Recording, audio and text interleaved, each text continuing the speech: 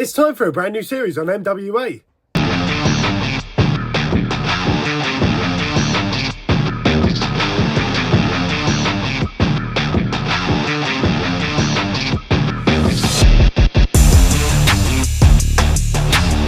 How's it going, everybody? Welcome to MWA. My name is Alex, and today we are debuting a brand new series here on MWA. This is Funny Concert Stories.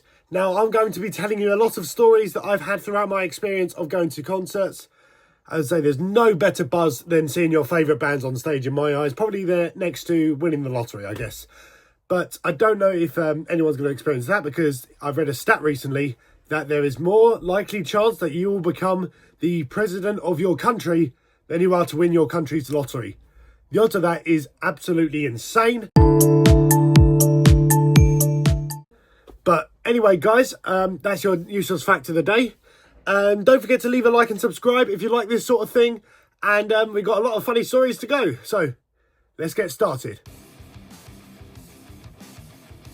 So funny concert story number one. This one is when I almost got tickets to see Dragon Force. Now, this is a absolutely hilarious schoolboy error on my part.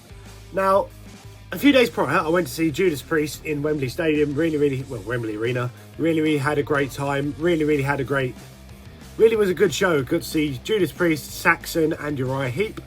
I did see halfway through Saxon on one of my emails that I bought VIP. I wanted to surprise one of my friends, and it turned out I bought VIP, but stupidly didn't buy a ticket to the actual show. I'm a fucking idiot. Now, I broke the news to him, and to be honest, he took it really well. Like, he said, don't worry about a thing, these things happen, you know, we'll just have to see him on the next tour, which I probably will do when Dragon Force come on tour again. I'm hoping they will do that soon. They announced a European tour, hoping they will come back to the UK again soon. But the whole experience was very expensive, but and I didn't even get a ticket to go into the show at the end, and a steward found it funny that I didn't get a ticket, but what can you do? It was embarrassing, and it was a bit funny to think about, but you know, that's the way it goes, I'm afraid. I did have a good time meeting the band. As you can see here, they're all very lovely guys. I did ask Alicia Vigil when Vigil of War is coming back to the UK. Not sure. She said hopefully we'll be coming back very soon. But yeah, all the guys at Dragon Force were really sweet. I kind of wish I got to go. But I heard Amaranth and Infected Rain also put on a really good show as well that night. I will be seeing Amaranth next year when they support Epica in the Hammersmith Apollo in 2026. That will potentially be the first vlog of 2026 on MWA, so stay tuned for that. But yeah, the RP passes and not buying the ticket for the show sucks. I went to see Simple Plan in February, the month before the Dragon Force screw up. It was a very good show. Really enjoyed Simple Plan, but the story here was the time was the first time I ever brought a sign to a show. Now, it was really interesting to see, like, if I could get a few people to turn their heads or anything like that.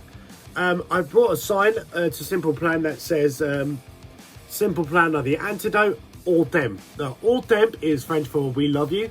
I studied French for 5 years, so I kind of got a bit of an understanding on the language and so on. I know, like, Quebecan French and like Parisian French is very different, but that's one of the phrases that sort of remains like sort of similar in both contexts.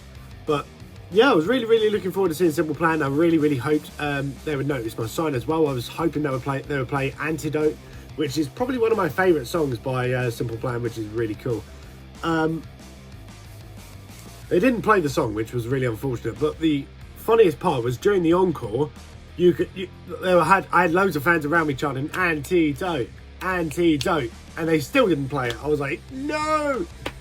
But they weirdly asked fans to come on stage as well during I'm Just a Kid. I had my sign up for that, and he didn't really batter an eyelid, really. But Simple Plan are still a great band live, and I can't wait to see them again in November.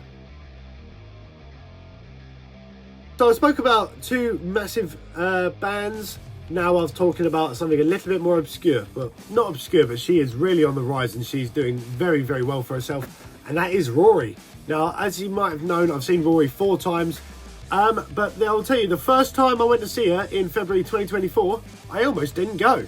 And here's why. So I went to a hospital appointment at the time.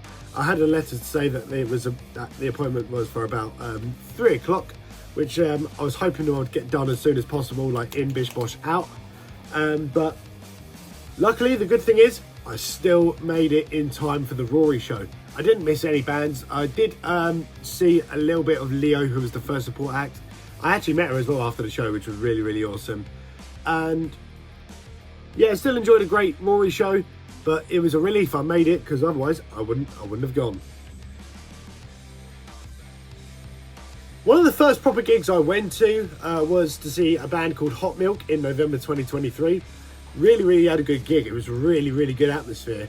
But one word describes a Hot Milk show, and that is carnage. Just absolute carnage, absolute craziness at a Hot Milk show.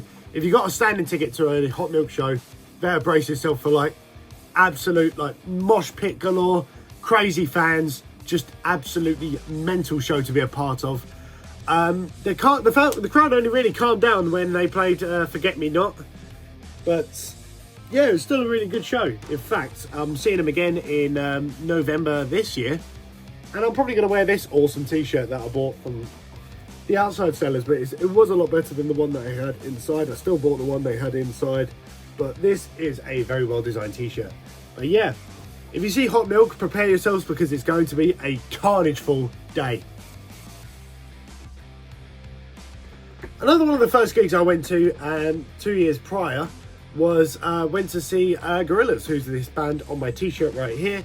COVID only just lifted the restrictions to like indoor venues and all that sorts of stuff. I had to make sure I had a negative COVID test or had been triple jabbed. I did have a negative test, and so did my friend who I went with, and we sat next to each other and enjoyed a really, really cool Gorillaz set list. Gorillaz are a band, and another band that a lot of people are surprised to know that I enjoy. In the place of where my Unleash the Archers patch on my battle jacket, I used to have a Gorillaz patch in that place. Not that I've grown out of Gorillaz, I do enjoy Gorillaz. I think their album Cracker Island was great. And they've also announced a new tour, and they're doing a lot of their albums in full, which is really, really good as well. But something that was quite funny about the gig, and this is going to be a bit of a longer tailed story. At the end of the show, Gorillaz came out 15 minutes late, and my football team, and also the football team of the lead singer Damon Albarn, Chelsea Football Club, were playing in a cup final. So I jokingly said to my friend who supported a rival team, I bet Damon Albarn has come out 15 minutes late so he can watch some of the cup final. And then what was even funnier, as I was exiting the venue, I had a notifications coming up on my phone, and Chelsea won the game, and probably a lot of people heard around me was me going, yes, when we won. It was a funny story. It was really, really good. Gorillaz show, and good to see Chelsea win. Really, really cool. Now, the last band I saw at Download 2024 was a band called Avenged Sevenfold. They are incredible. They are the shit. They're a great band. Really, really good to see live as well. Their sound techniques wasn't the greatest. However, one thing that was really, really cool was I probably met Avenged Sevenfold's biggest fan at the gig. And if you're watching this, I remember his name was Connor, I believe. If you're watching this, mate, I have to say, really, really good passion. There was nothing but passion coming from this guy. He was an absolute vibe to hang with. And when they played Fiction in memory of the Rev, I just remember seeing him getting really, really emotional to the song. I remember I hugged him at the end of the set, and he said, I miss you, the Rev, I miss you, Jimmy, that was for you. He sobbed into his t-shirt, and I really, really felt for the guy. The Rev was a big, big part of like Avenged Sevenfold, and not like metal in general, really. This probably will get me a lot of shit from metal elitists, but I do like Avenged Sevenfold. I do really enjoy their music.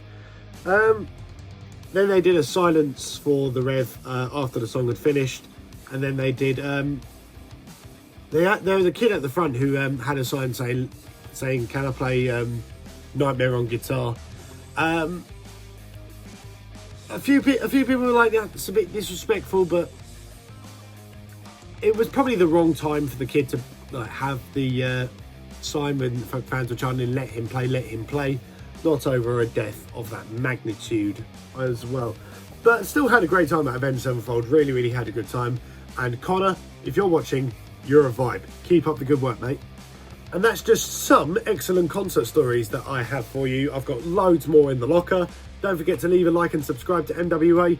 Comment down below bands that you recommend me to listen to and all that sort of stuff. Do your best and see you later, guys. Take care. Bye-bye.